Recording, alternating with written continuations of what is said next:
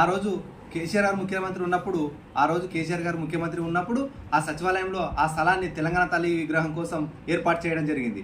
ఇవాళ అవతల అవతల అంబేద్కర్ గారి విగ్రహం మరి అక్కడనే అమరవీరుల అమరజ్యోతిని మరి మధ్యలో తెలంగాణ తల్లిని పెట్టాలనేది కేసీఆర్ గారి యొక్క దూరదృష్టి ఆలోచన. మరి అది తెలంగాణ రాష్ట్ర ప్రజలకు కూడా ఆత్మగౌరవం. మరి ఆ స్థలాన్ని తెలంగాణ తల్లి విగ్రహం కోసం ఏర్పాటు చేసింది అప్పుడు ఆనాటి ముఖ్యమంత్రి కేసీఆర్ గారు.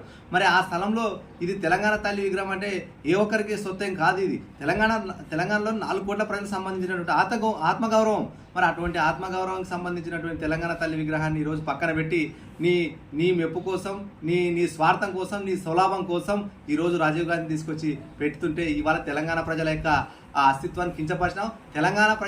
తెలంగాణలో ఉన్నటువంటి అమరవీరుల ఆత్మలు కూడా ఘోషిస్తున్నాయి. ఇవాళ తెలంగాణ అమరవీరులు కూడా నేను క్వశ్చన్ చేస్తున్నాయి. కాబట్టి ఖబర్దార్ రేవంత్ రెడ్డి ఇటువంటి వికృత చేష్టాలు మానుకోవాలి. తక్షణమే తెలంగాణ ప్రజలకు క్షమాపణ చెప్పి తక్షణమే ఆ విగ్రహాన్ని పక్కకి తొలగించి ఖచ్చితంగా తెలంగాణ తల్లి విగ్రహాన్ని ఏర్పాటు చేయాలి. మరి లేకపోతే వచ్చే నెక్స్ట్ ప్రభుత్వంలో మా బీఆర్ఎస్ పార్టీ ప్రభుత్వం ఖచ్చితంగా వస్తుంది.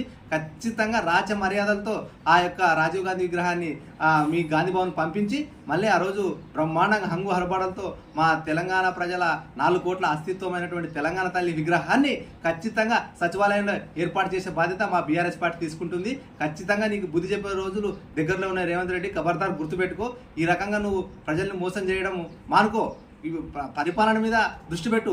పరిపాలన చేతగాక ఇటువంటివి అన్ని ఆలోచనలు, లేనిపోని ఆలోచనలు, అంటే తెలంగాణ రాష్ట్రానికి, తెలంగాణ ప్రజలకి సంబంధం లేనటువంటి విషయాలను తీసుకొచ్చి ఇవాళ ఇష్యూలను డైవర్ట్ చేసి ప్రభుత్వం చేయాల్సినటువంటి అభివృద్ధి కార్యక్రమాలను పక్కకి పెట్టి ఇవాళ నువ్వు ఈ రకంగా చేష్టాలు చేయడం కరెక్ట్ కాదు.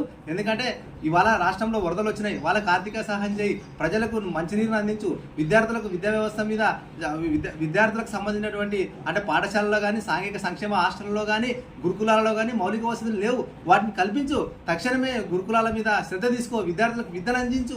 ఈ రాష్ట్రంలో ఉన్నటువంటి బడుగు బలహీన వర్గాలు చాలా ఆకలితో పేదరికంలో మగ్గిపోతున్నారు. అటువంటి విద్యార్థి బిడ్డలు ఈరోజు గురుకులాల్లో, ఆ రోజు కేసీఆర్ గారు తీసుకొచ్చినటువంటి గురుకులాల్లో వాళ్ళు చదువుకుంటున్నారు. వాళ్ళకి మౌలిక వసతులు కల్పించు, అత్యాధునిక టెక్నాలజీతో విద్యను అందించు, అదేవిధంగా నాణ్యమైనటువంటి భోజనాన్ని అందించి ఇవాళ అందరినీ ఆదుకోవాలి. కానీ లేక ఈ రకంగా అంటే రాష్ట్రానికి సంబంధం లేని విషయాలు తీసుకొచ్చి ఇవాళ రాష్ట్రాన్ని ఆగం చేస్తే ఊరుకునే ప్రసక్తి లేదు.